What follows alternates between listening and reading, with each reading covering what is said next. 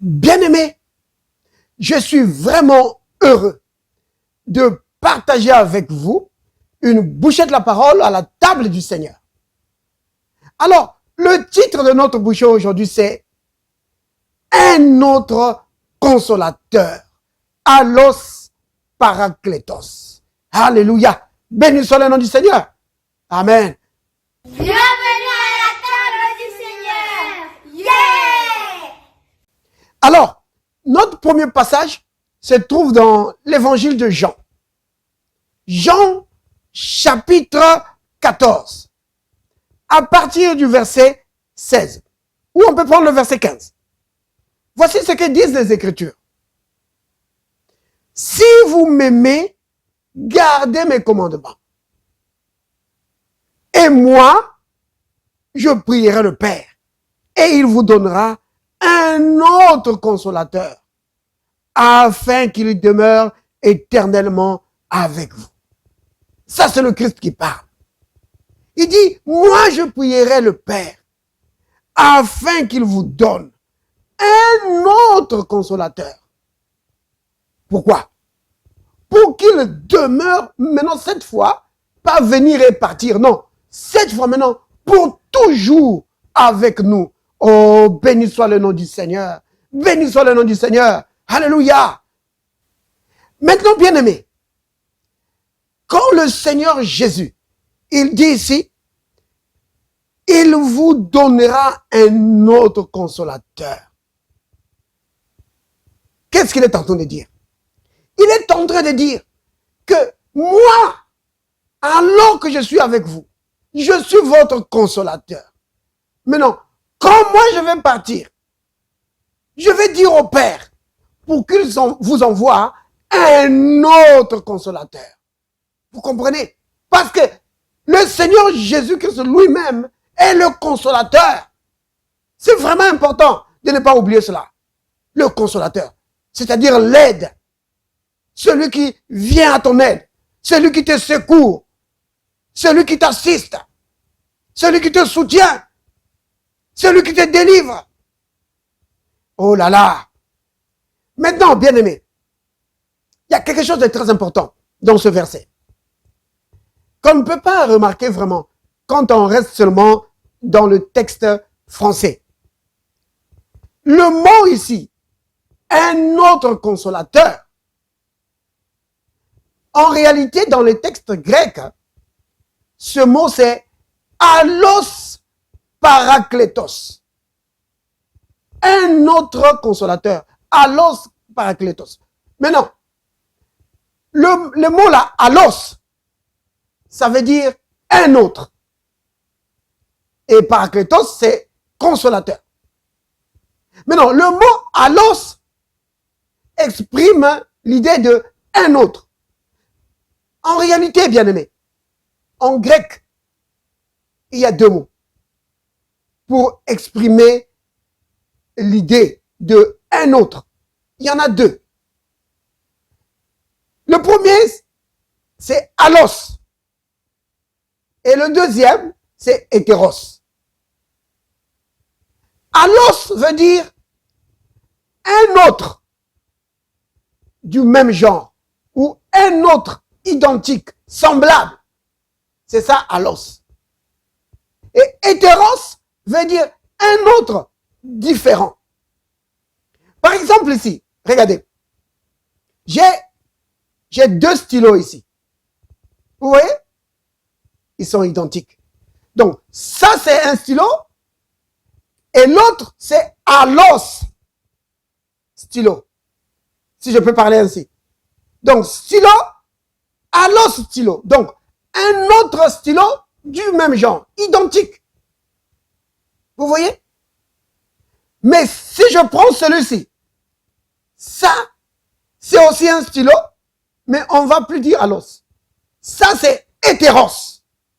Donc, un autre stylo différent des autres.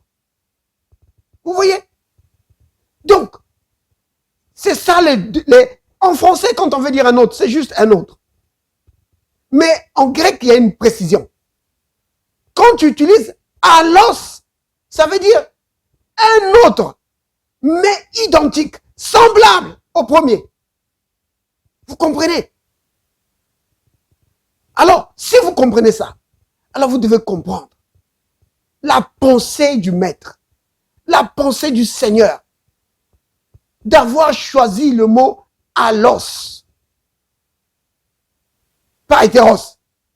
Il n'a pas dit hétéros parakletos, non. Il dit allos parakletos. Donc, le Père va vous envoyer un autre consolateur semblable, exactement comme moi. Alléluia, béni soit le nom du Seigneur. Vous comprenez que le Saint-Esprit, le parakletos, le paraclet, le Saint-Esprit qui vient, il est exactement comme le Christ. Alléluia. Le Christ est en train de dire, je vais dire au Père qu'il vous envoie un consolateur qui va venir et qui sera exactement comme moi. Oh, béni soit le nom du Seigneur. Vous comprenez, bien-aimés? Le Saint-Esprit. C'est pourquoi le Christ, il dit ici, regardez, toujours dans Jean chapitre 14, regardez ce qu'il dit. Au verset 18, il dit ceci. Je ne vous laisserai pas orphelin. C'est-à-dire, je ne vous laisserai pas sans aide. Je ne vous laisserai pas sans soutien. Je ne vous laisserai pas sans secours. Non. Vous ne serez pas sans secours. Vous ne serez pas sans aide. Il dit, je viendrai à vous. Vous entendez ça? Le Seigneur dit que je ne vous laisserai pas orphelin. Vous savez ce que c'est un orphelin, n'est-ce pas? C'est quelqu'un qui n'a plus de soutien. Avant, il y avait les parents qui étaient là, qui pouvaient l'assister. Mais maintenant, quand il a des problèmes, il n'y a personne pour l'assister. Quand il a un problème, il n'y a personne chez qui il peut courir et chercher de l'aide ou chercher vraiment un soutien. Il n'a personne. Quand un problème vient, il est tout seul. Il faut qu'il se débrouille. Tout seul. Le Christ dit, vous ne serez pas dans ce cas-là. Non. Oh, bien-aimé, peu importe le problème que tu affrontes, souviens-toi de cette parole du Seigneur. Il dit, tu ne seras pas sans aide. Vous comprenez? C'est capital de se souvenir de cela. Maintenant, bien-aimé, voici la chose la plus merveilleuse que le Seigneur a fait. C'est que il a pris l'aide dont nous avons besoin et il a placé ça en nous. Vous comprenez? Donc, l'aide dont tu as besoin a été placée en toi. Le Saint-Esprit. Vous comprenez la raison pour laquelle le Seigneur nous a donné le Saint-Esprit? C'est pour que le consolateur soit directement là en toi. Pour t'apporter de l'aide de l'intérieur. Alléluia. Vous comprenez, bien-aimé? C'est vraiment important de comprendre que l'aide dont tu as besoin se trouve en toi. C'est pourquoi il est dit ceci dans 1 Jean, chapitre 4, au verset 4, que vous, petits enfants, vous êtes de Dieu et vous les avez vaincus. Pourquoi? Parce que celui qui est en vous, vous comprenez? Oh là là, le parakletos, allos parakletos. Oui, un consolateur identique à Christ lui-même, maintenant habite en toi pour te donner la victoire. Oh là là, vous petits enfants, vous êtes de Dieu et vous les avez vaincus parce que celui qui est en vous est plus grand. Il est plus grand que tous les problèmes que tu peux affronter. Alléluia. Béni soit le nom du Seigneur. Vous comprenez, bien-aimés? Donc, le Seigneur, en choisissant cette expression, allos parakletos, que je vais prier le Père, afin qu'il vous envoie allos parakletos, il est en train de dire que le Saint-Esprit, il va venir en vous, et il va faire exactement comme moi je faisais.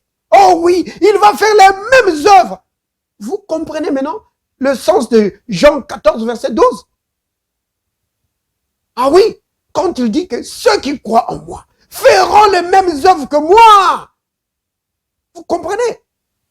Parce que le Saint-Esprit qui vient en nous, c'est allos parakletos. Donc, il est exactement comme le Christ. Pour faire exactement les mêmes œuvres que le Christ. Vous comprenez, bien aimé? Oh là là. Et si vous comprenez ça, alors vous réalisez que le chrétien ne vit pas encore au niveau où le Seigneur l'attend. Vous comprenez? Le chrétien ne vit pas encore pleinement le projet que Dieu a pour lui. Vous comprenez? Oh, béni soit le nom du Seigneur. Béni soit le nom du Seigneur. Alléluia. Maintenant, bien-aimés, revenons à Jean chapitre 14 au verset 18. Le Christ, il dit, je ne vous laisserai pas orphelins, je viendrai à vous. Vous avez entendu ça? Il dit, je viendrai à vous. Vous comprenez?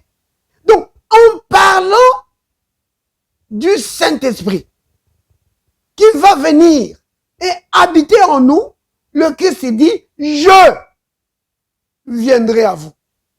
Donc, lui-même, le Christ, venant habiter en nous. Comment ça? Mais c'est parce que le Saint-Esprit, c'est allos parakletos. Vous comprenez? Donc, un consolateur identique, exactement comme le Christ.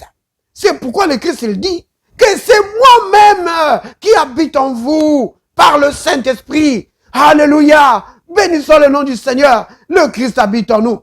Vous comprenez pourquoi l'apôtre Paul il dit, dans le livre de Colossiens, il dit que Christ en nous, qu'est-ce que c'est? L'espérance de la défaite? Non. Christ en nous, c'est quoi? L'espérance de la vie d'échec? Non. Christ en nous, l'espérance d'une vie de gloire.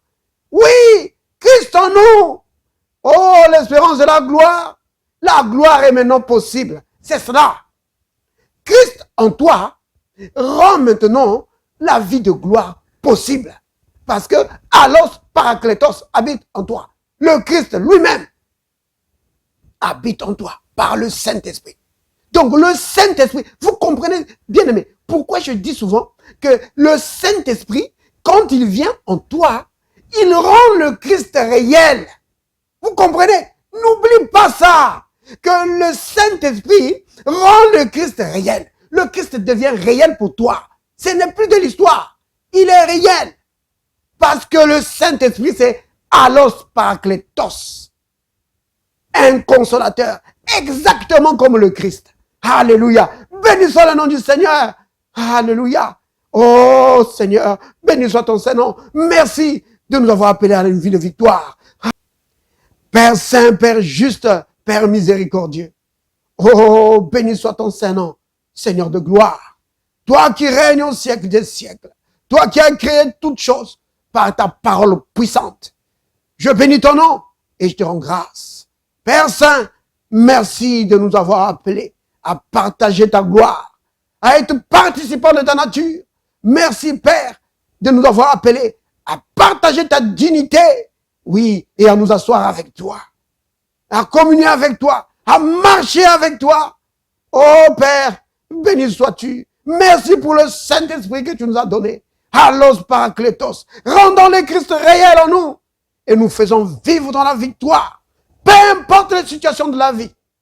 Oh, béni sois-tu Père. Je prie Seigneur pour tous les bien-aimés qui nous suivent à la table du Seigneur. Dieu Tout-Puissant, comme je prie pour moi-même, puisse allos parakletos, le Saint-Esprit, rendre Christ réel en eux et qu'ils puissent marcher dans la victoire, peu importe les situations qu'ils rencontrent. Au nom de Jésus. Amen.